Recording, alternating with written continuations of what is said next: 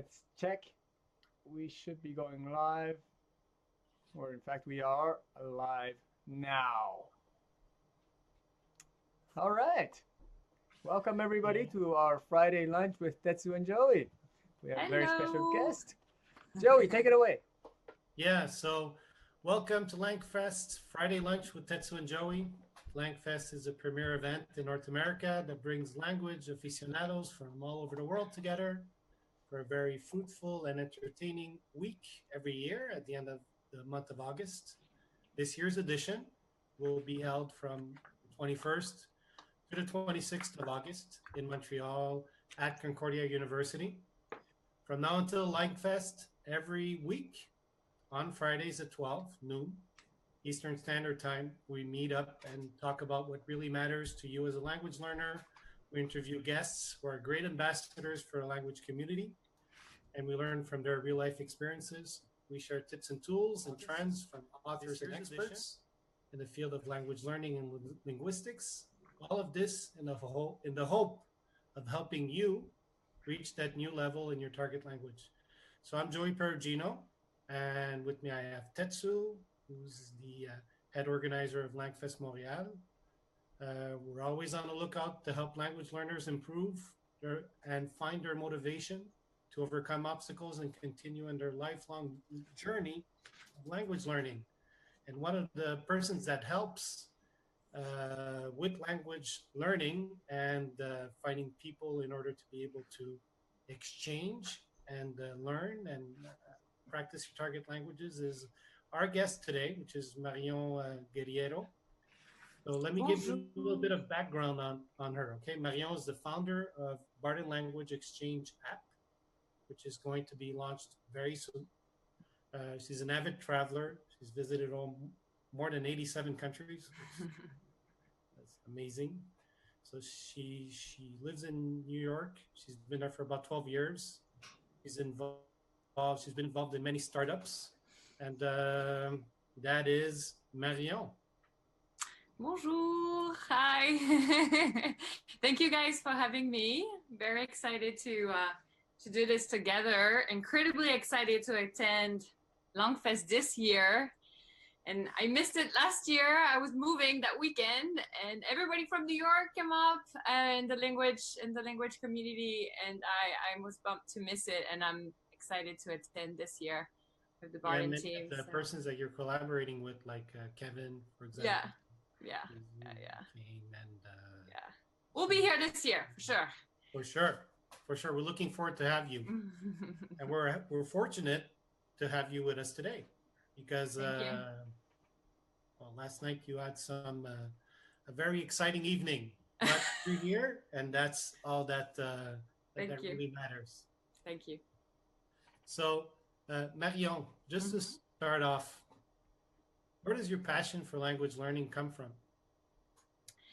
Well, I think when I think of my background, I come from a social interest in language learning. My mother worked for an airline. She worked for Air France. My mother's French.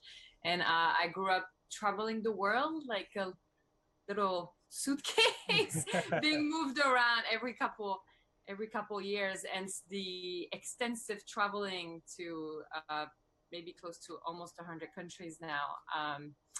But I do think I definitely enjoyed it. I absolutely loved it. I don't think it's the case for everyone, but in my case, it was always very exciting. I was a very curious child and always really passionate about learning others' culture and languages. So just throughout growing up, it's always been present in like one of the steps into blending in the new culture, being accepted, fitting in. So obviously language learning was, one of the steps into each time for each travel.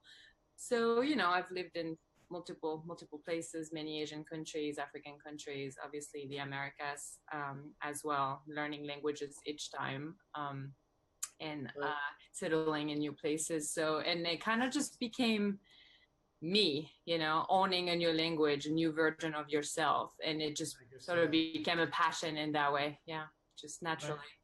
I've always thought that you know, that every language that I speak, there's a different version of myself. Yeah. Sometimes I have friends that speak different languages, and you'll invite them at a different place, or you'll invite them together to your house, and you see yourself mixing in with so many different people from so many different backgrounds and cultures, and it makes for a very interesting evening. Mm-hmm. uh, I find it fascinating.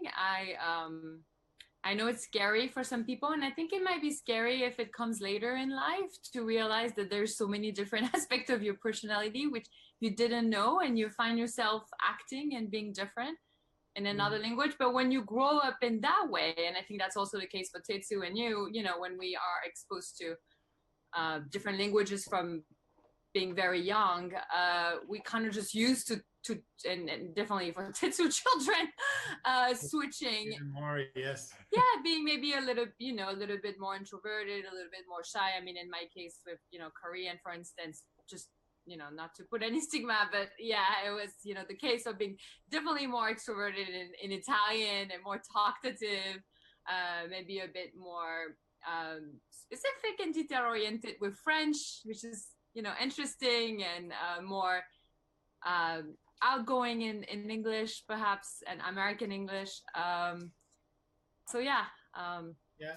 Well, you know, there's none of us, I think, are linguistic academics here, but I think there's a link between language and culture, and every language, because you know every country sort of express themselves in different way. Emotions are different.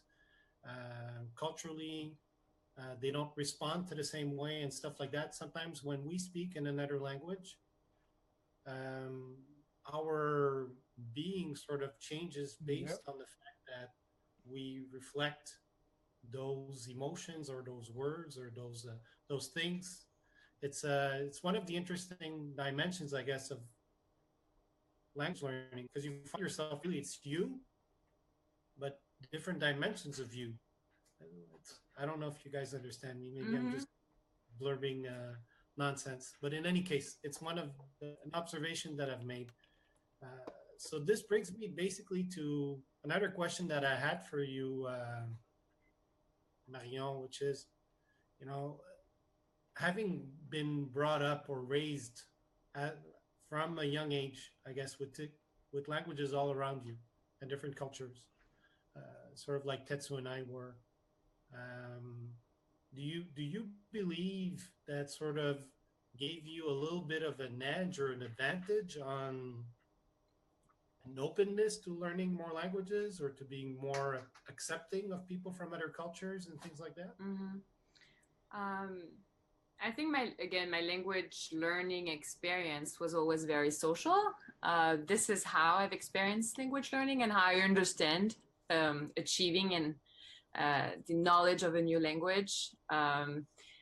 So that was definitely the process for me, and ends helping me, becoming more open-minded, understanding tolerance of other cultures, differences, and then obviously studying communications for many years. I went to school for 6-7 years, and making it really a passion of mine to understand differences in human communications. How do we communicate? The barriers, the cultural barriers, cultural communications. And so I don't think I would be able to. I definitely believe that my upbringing has led me to becoming an expert in that. It was very much the case. Yeah. And by default, I guess it brought you to want to go on an adventure of starting up a new startup for languages such as Barden and things of the sort. How did that come about? What's your overall vision for Barden? Where would you like to go with that?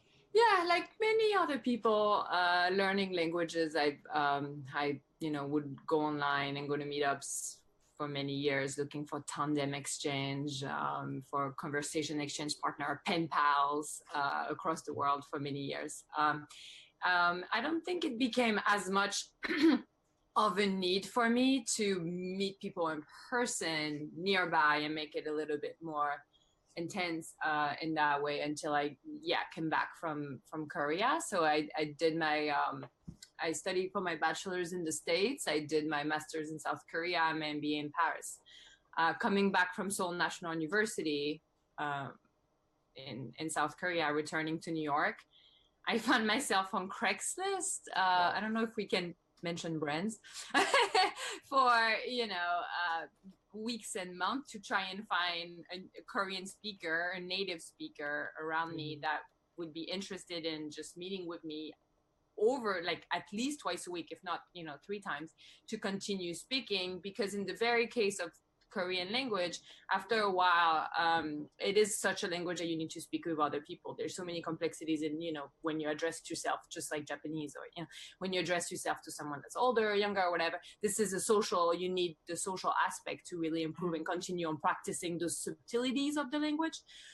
So wanting to meet communities, wanting to meet people from that language and that culture to keep on being challenged and push in those ways. And it took me several months to find my good friend Peony, who was wanted to practice her French coming back from Sorbonne, and me wanting to practice my Korean, and we'll meet in cafes in New York City 2-3 times a week to keep on practicing for several months. And we became very good friends. And then afterwards I realized that there was no platform out there at all whatsoever. And I work at marketing market research for many years. I'm talking 6 years ago. There was no website, no platform helping you finding someone specifically in person nearby. And I created Barden. I created the website 4.5 years ago, and as you know, we're working on launching apps.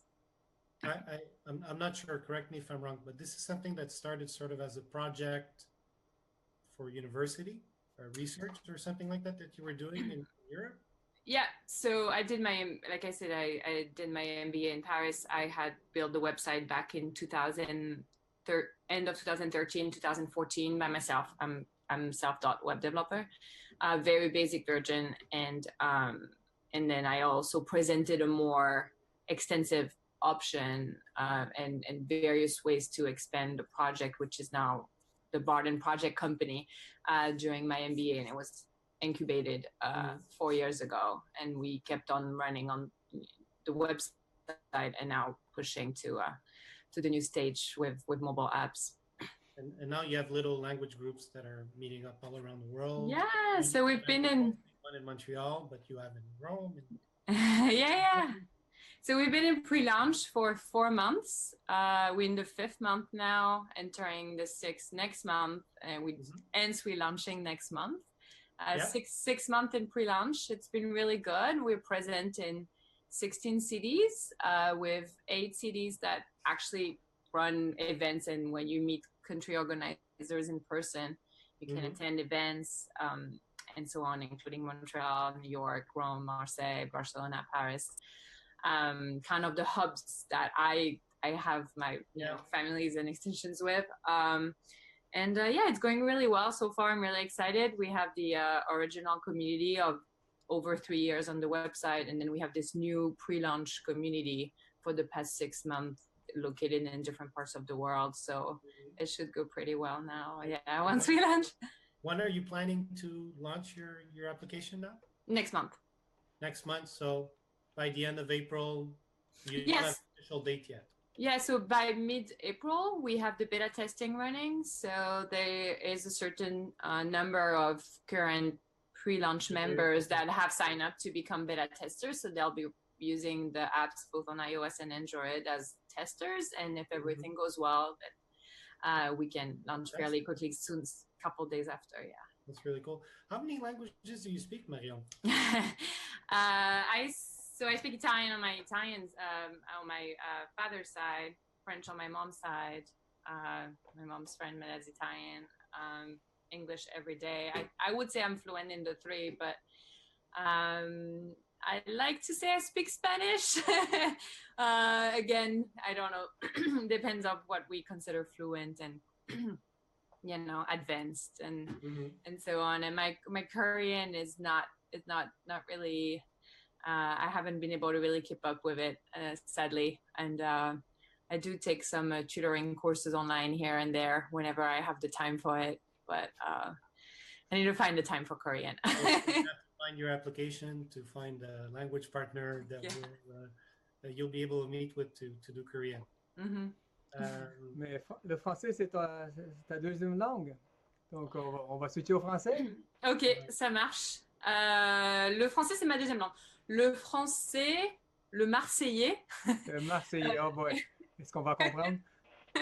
C'est pire que québécois? Non, je pense que c'est comme ma première langue avec l'italien. C'est à Super. peu près au même niveau. Ouais,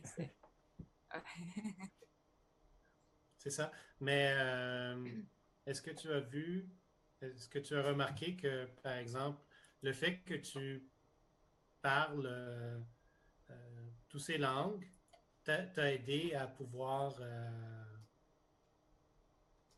socialiser, communiquer avec les personnes, tout ça. Par exemple, lorsque tu es allé étudier en Corée, d'où est venue l'idée, premièrement, d'aller étudier en Corée? Parce que c'est une langue qui était complètement différente de celle que tu parles présentement. Tu avais été exposé lorsque tu étais jeune avec tes parents ou quelque chose comme ça? J'ai une passion pour la Corée en règle générale. Ouais. J'ai deux cousines qui vivent là-bas, qui sont mariées à des Coréens qui ont leur vie de famille en Corée. L'idée était venue?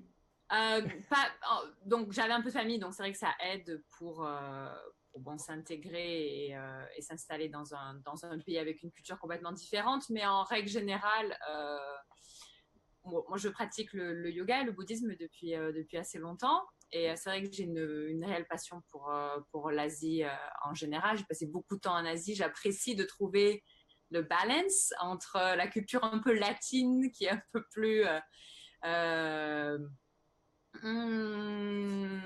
don't have the right term right now. Assez intense des fois. C'est un monde très différent. Voilà, et le côté plus zen et yin-yang que j'ai toujours vraiment aimé dans la Corée, la nature, la culture, la nourriture. C'est vrai que c'est un peu second home.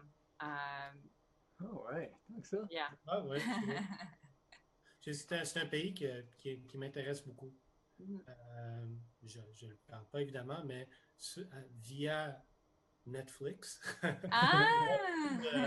Séries en Corée. Ma mère les aime beaucoup. Ah ben oui. Korean media. Mais ils sont vraiment bonnes. Ils sont vraiment bonnes. C'est des belles histoires. L'industrie du cinéma ou du télérama, ou je ne sais pas, en Corée. Il y a beaucoup de produits. Pour une personne comme toi qui veut continuer à être exposée à la langue, je crois que c'est merveilleux comme outil. Oui, c'est vrai. Moi, j'essaie d'apprendre l'allemand. Je regarde en ligne sur Netflix. Il y en a quelques-uns. Il n'y en a pas tant que ça. Mais les Coréens, wow! C'est une infinité. Ouais. Il y en a plus que 500, je crois. C'est rigolo parce qu'il y a toute une communauté de Korean language learners qui, en fait, sont arrivés à apprendre le coréen, sont passés par l'apprentissage du coréen, par une passion pour la K-pop ou, K-soap opera, whatever. Ouais. Et qui, à travers ça, ont juste eu une passion pour, oui, on doit apprendre le coréen et se familiariser avec la langue pour master un petit peu mieux J'ai déjà essayé d'apprendre à lire le coréen. Et puis, en essayant de l'apprendre, on m'a dit que c'est l'écriture, le hangul. C'est très scientifiquement... c'est un peu comme Esperanto, il y a des règles, puis c'est construit, et puis...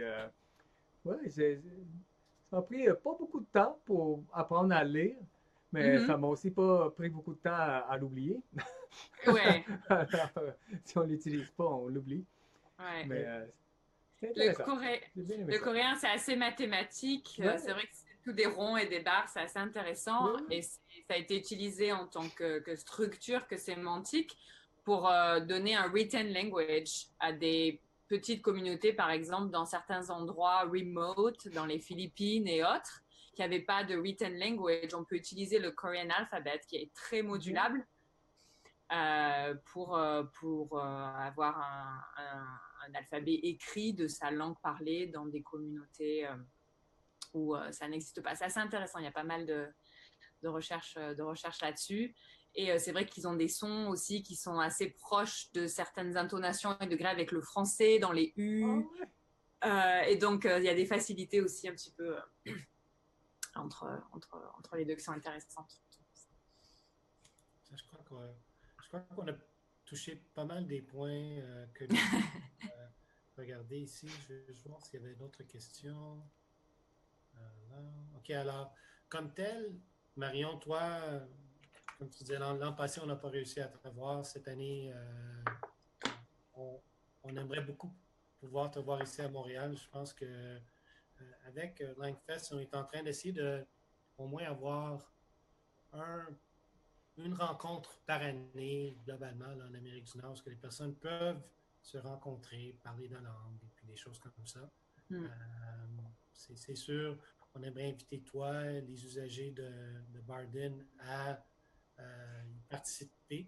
C'est un environnement, un festival qui est ouvert à tous.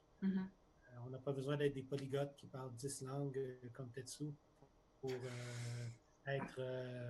être bienvenus.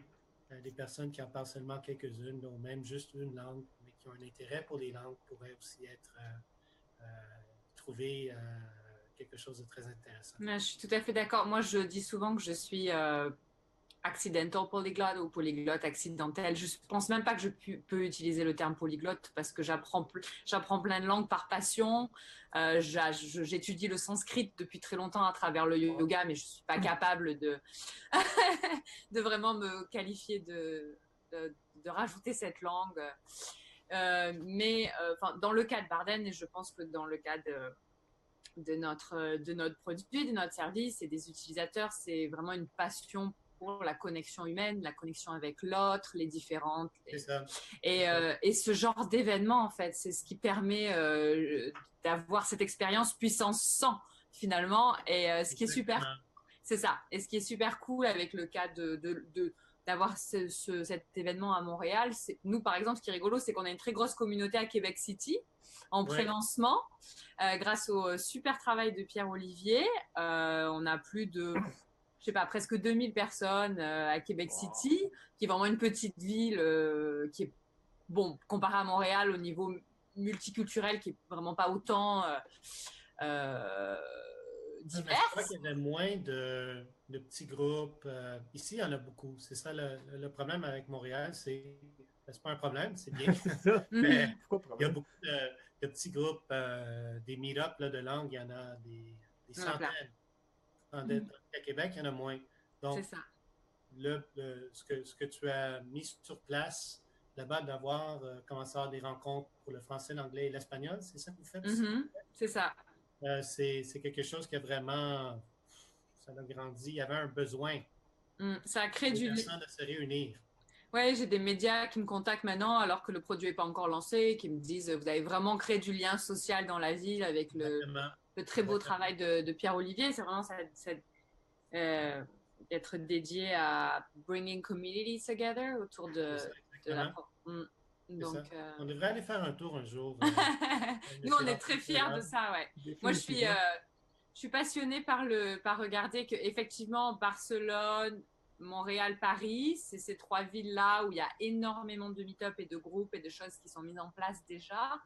Donc, du coup, la communauté est là, donc il y a du nombre quand même, et on a quand même beaucoup de followers, mais il y a moins d'activité. Il y a du follower, mais c'est peut-être un peu moins de...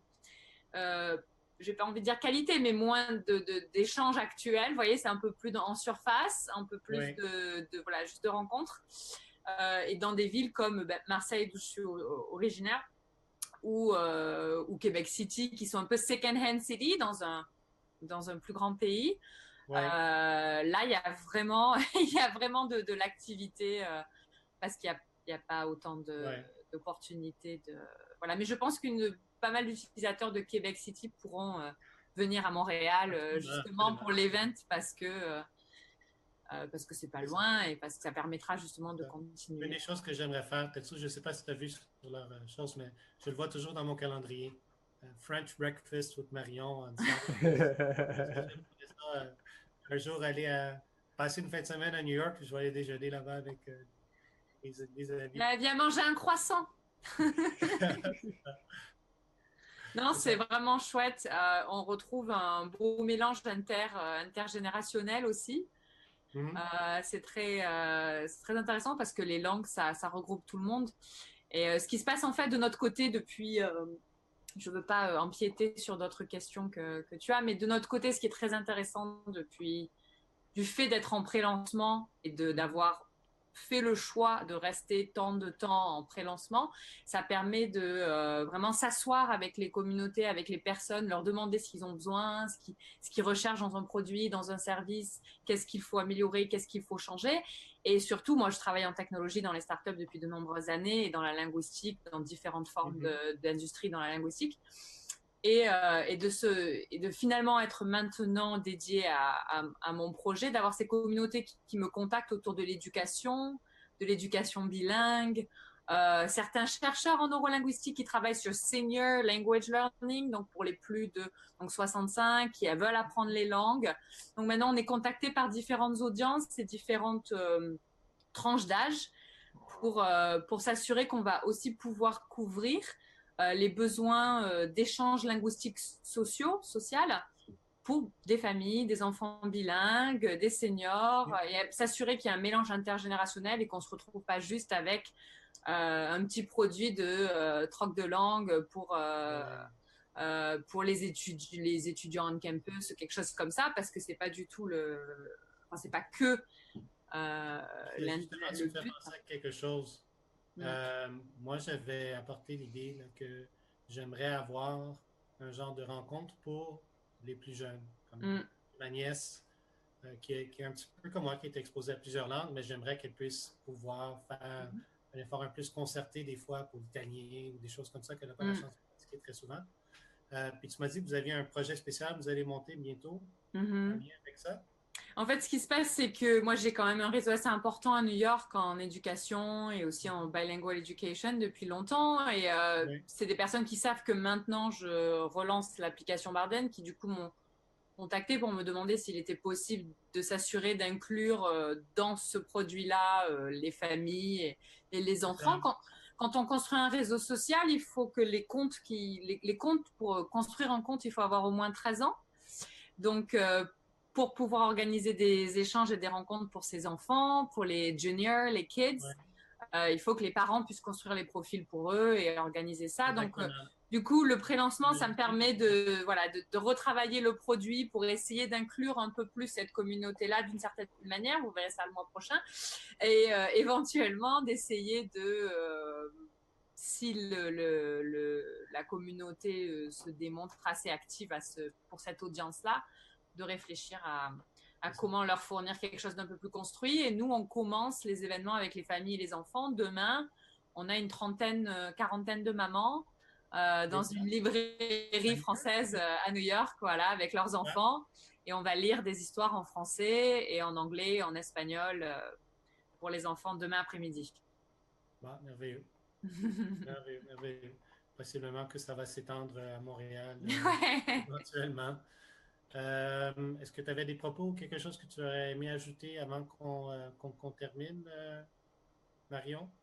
Je pense qu'on a couvert pas mal de choses. Moi, je suis vraiment super excited pour LangFest cette année et très déçue de ne pas avoir été l'année dernière avec les magnifiques retours que j'ai entendus. Donc, on est super content d'être là cette année, de venir, d'être très présent et d'essayer de faciliter les échanges dans le réel et à travers les cultures. Et looking forward to it. Ouais, parfait. Alors, merci beaucoup. Thanks a lot. Merci à vous. Thank you. For joining our little Facebook Live. And we look forward to collaborating with you in the coming months and seeing you in Montreal. See you in Montreal. Merci. Bye. Thanks, Bye, everyone, guys. for joining in. Thank you. Bonne fin de semaine à tout le monde. Bye. Salut. Bye.